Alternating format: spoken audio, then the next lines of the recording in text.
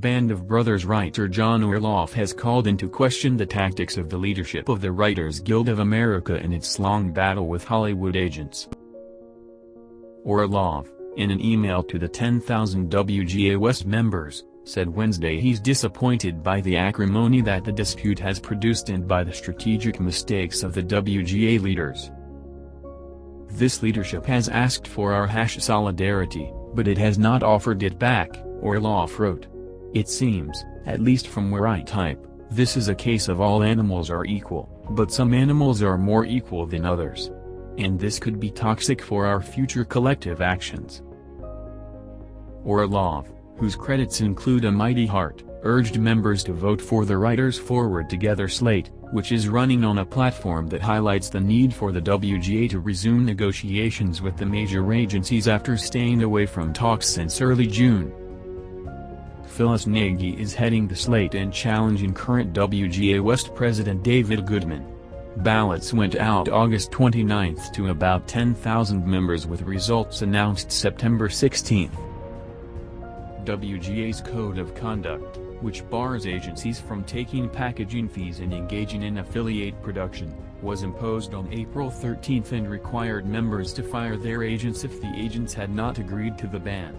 The WGA then sued the four largest agencies, WME, Utah and ICAM partners, over the legality of packaging, resulting in countersuits alleging antitrust violations.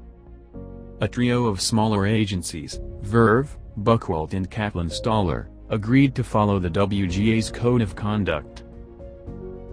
Orloff, a 21-year member of the WGA, asserted that attempts to ban packaging fees for agents are misguided since streaming will soon dominate the entertainment industry. It is last decade's war, he added.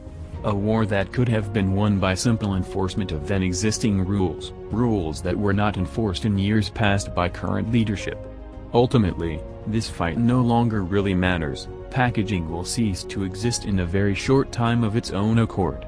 And everybody seems to know it, except the WGA. Orloff said the real issue for writers now is the imminent loss of residuals, noting that he was recently offered a buyout that was a much smaller fraction than the amount he made from residuals on a very similar project. So why has leadership decided to put our energies and financial reserves, as well as our careers, into a fight that clearly has divided a large group of intelligent people who would otherwise be in true solidarity? He asked. Why are we fighting yesterday's war? Why are we calling each other names? Fascists? Mobsters? Why are captains sending out electioneering emails? Why are we threatening, of all things, tribunals? And why are we calling each other scabs, for God's sakes?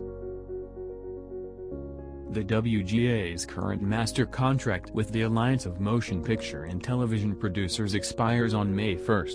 No talks have been set.